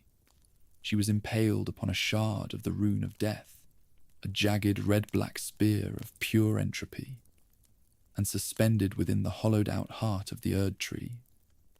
She became a god in a cage, a literal statue of cracked stone and fading gold, her body a broken vessel for a broken ring. This was not a quick execution, but a state of permanent, living death. She was kept alive by the very power she had tried to destroy, forced to witness the slow decay of her world. from behind the bars of her own divinity. The greater will did not kill her, because it still needed her flesh as an anchor for the elden beast. It simply discarded her soul and left her as a hollow monument to its own cold authority. Her imprisonment was the ultimate irony of her reign. The woman who had sought the eternal to protect her people from suffering was now the primary sufferer of the universe. She was a god who had been turned into a tool once again, her body repurposed as a biological containment unit for the fractured pieces of the ring. The Erdtree, once the symbol of her grace, became her tomb. She hung in the silence of the tree for centuries, a prisoner of the gold she had used to conquer the world. This was the result of her vengeance. She had traded the jars of the Hornsent for a jar made of wood and light, and she was the only one left inside it. The impalement on the rune of death is particularly significant. Queen Marika had spent her entire life trying to outlaw death, to seal it away and pretend it did not exist. In her punishment, death was used to anchor her. She was literally pinned to her fate by the very law she had tried to delete. This was the greater will's way of asserting that its order was absolute. It was a physical correction of her error.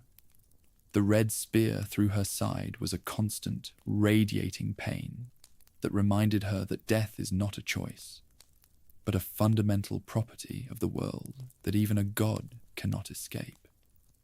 She became the physical proof that the eternal is a lie, a goddess whose very body was being slowly eaten by the death she feared. During her imprisonment, Marika was effectively silent, but her influence was still felt through the restoration of grace to the tarnished. Even as a statue, she was still fighting. Her imprisonment was the final stage of her plan. She was waiting in the dark for the arrival of someone who could finish what she started. She had become a lighthouse of pain, calling out to Godfrey's kin across the sea, leading them back to the tree so they could kill the beast that held her. She was not a passive victim. She was a lure. She had turned her own torture into a weapon, using her status as a prisoner to justify the arrival of a godslayer. Ultimately, Marika's imprisonment represents the death of the old divinity. The goddess who ruled from the heights of Leyndell was gone, replaced by a shattered icon that represented the failure of the Golden Order. Her state of being was a reflection of the lands between, a world that was broken, impaled, and unable to move forward. She hung in the heart of the tree as a warning to all who would seek to challenge the stars, but she also hung there as a promise. She was the god who had finally stopped being a ruler and started being a bridge. Her imprisonment was the necessary prelude to the end of the age, the final agonizing rest of a woman who had finally realized that to save the world, she had to let herself be destroyed by it. Section 7, What She Left Behind, Part 24, Huge and the God-slaying Weapon, the Blacksmith. She chained and what she asked him to build. Deep within the spectral confines of the Round Table hold, the misbegotten blacksmith Master Hugh labors eternally under a heavy and iron chain. Hugh is not a willing participant in the tarnished quest. He is a prisoner of Queen Marika, bound by an ancient and unbreakable oath to perform a singular, impossible task, to forge a weapon capable of slaying a god. Hugh has forgotten the face of the goddess who chained him, and he has forgotten the world he once knew, but the terror of Marika's command remains etched into his very soul. He is the physical evidence of Marika's absolute lack of faith in her own order. She did not want the tarnished to simply repair her ring. She wanted them to have the tools to execute the cosmic parasite that had enslaved her. The request to forge a god-slaying weapon is the final proof of Marika's intentionality in the Shattering. She knew that the Elden Beast would not go quietly, and she knew that no conventional weapon of the lands between could harm a vassal of the greater will. She needed something that transcended the laws of the gold, a weapon born from the struggle and the smithing of a creature who was himself an outcast of her order. By using a misbegotten like Hugh, Marika was tapping into the primal, crucible era power that she had officially outlawed. She was using the very impurity she loathed to create the only thing that could save her from the purity of the stars. It was a full circle of irony that defined her entire life. Hugh's suffering is a microcosm of the cost of Marika's plans.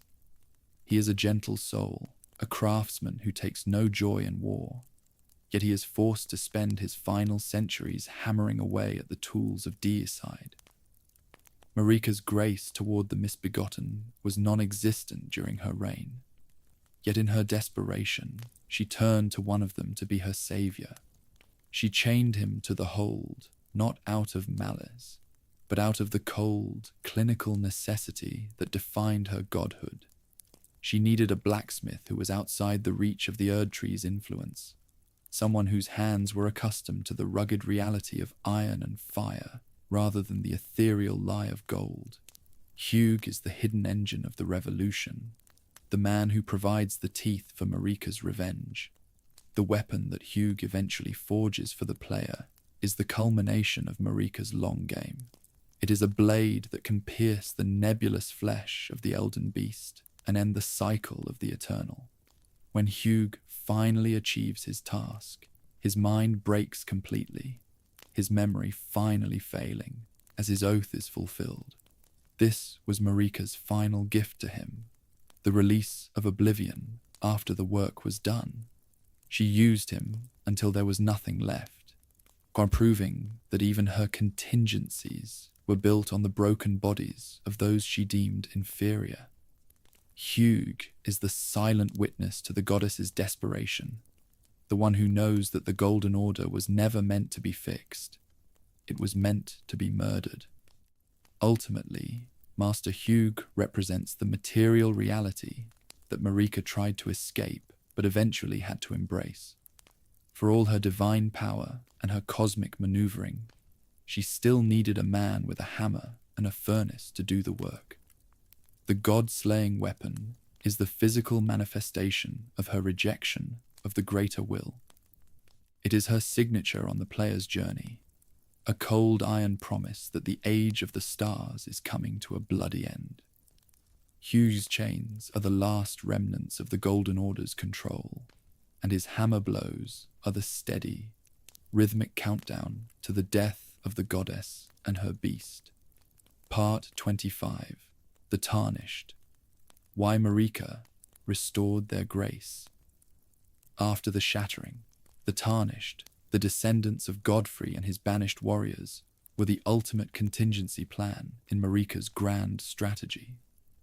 After centuries of exile in the Badlands, where they lived, fought, and died outside the protection of the Erdtree, Marika restored their grace at the precise moment of the world's greatest instability. She did not do this out of a sense of apology or a desire for reconciliation. She did it because the Tarnished were the only ones left who possessed the essential human quality of struggle. By living in a world where death was a reality and grace was a memory, the Tarnished had developed a resilience and a will that the stagnant residents of the Golden Order had long since lost. They were the final contingency, the warriors who would return to execute the god who created them. Marika's restoration of grace was a targeted recruitment. She needed lords who were not afraid of the dark and who were not blinded by the light of the Erdtree. The Tarnished were outside the system, making them the only ones capable of seeing it for what it truly was, a cage. She led them back to the lands between, with the promise of lordship. But she was actually leading them to a slaughterhouse. She wanted them to fight, to grow strong, and to eventually kill the Elden Beast.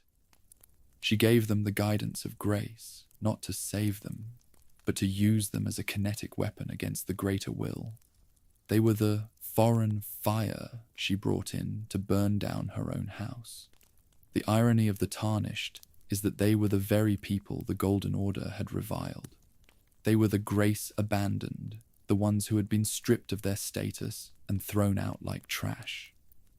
By calling them back, Marika was admitting that her perfect people were useless. The citizens of Lendil had become soft and mindless under the light of the Eternal. But the tarnished were hard and hungry. They were the only ones who could survive the nightmare of the Shattering and stand before the gate of divinity.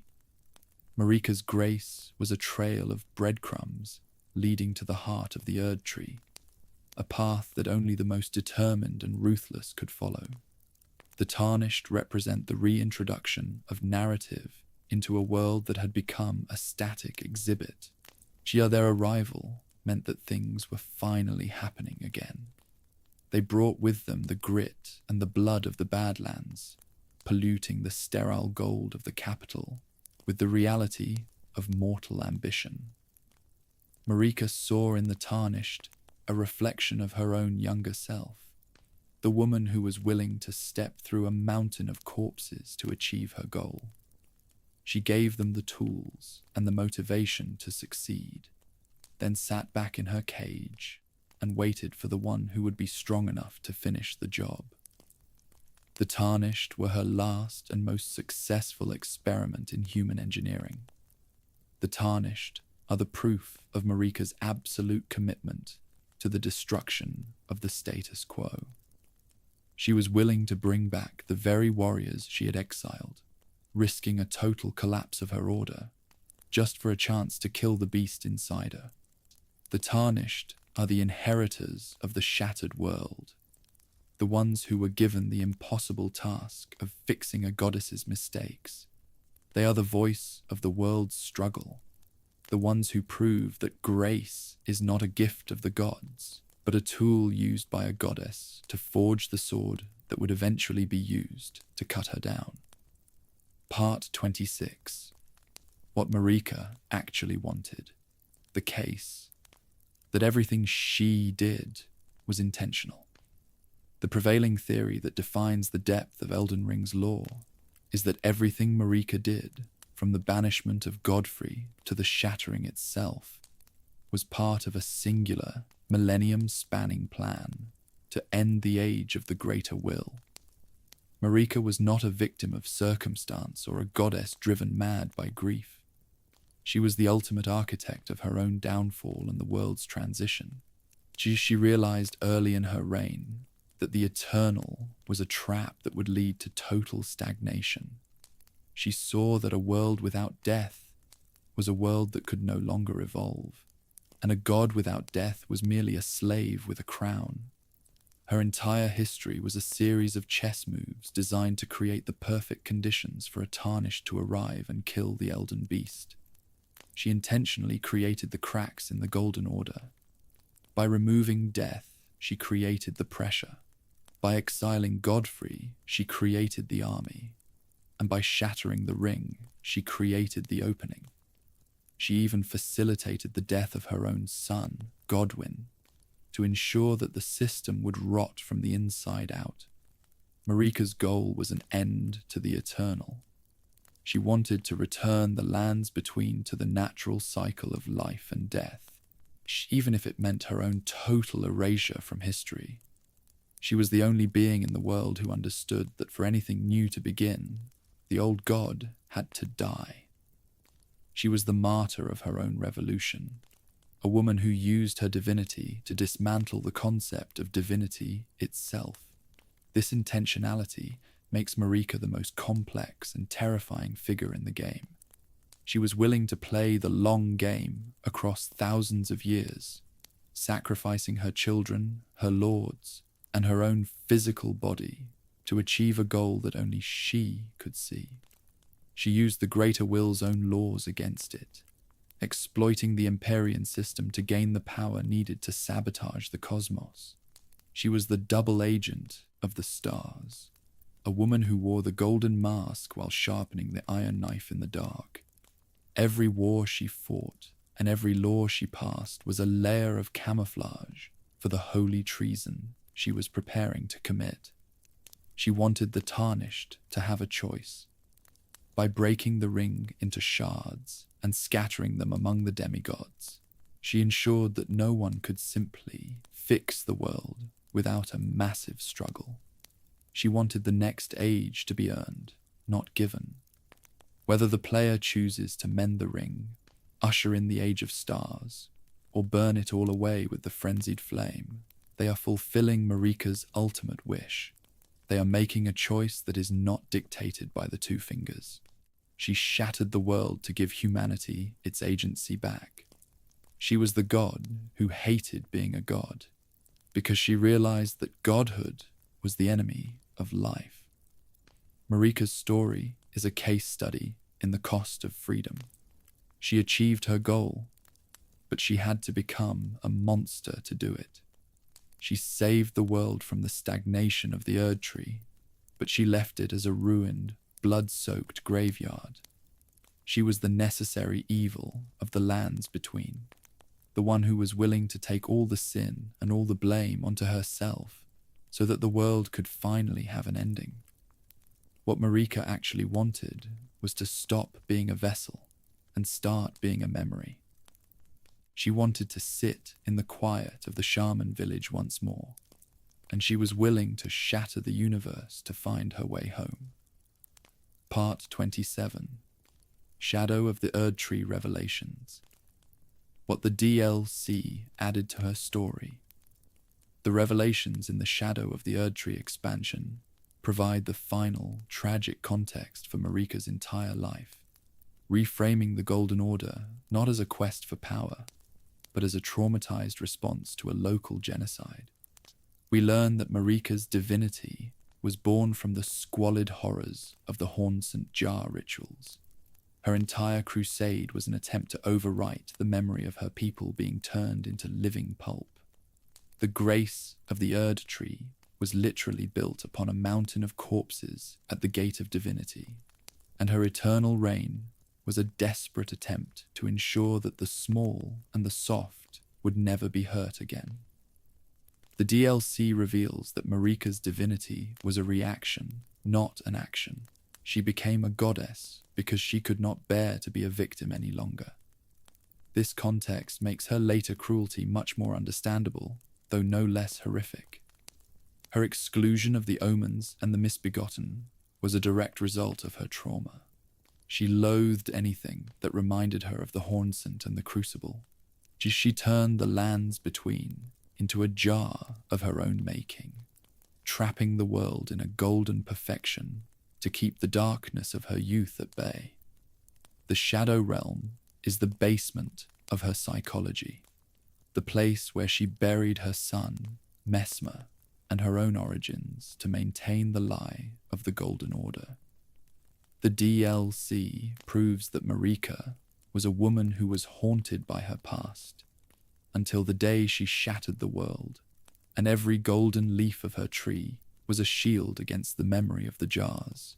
It also clarifies her relationship with the greater will. She didn't just stumble into godhood, she sought it out at the gate of divinity as a weapon of mass destruction. She used the power of the stars to commit a counter-genocide against the Hornsent, then sealed the entire realm away to forget what she had done.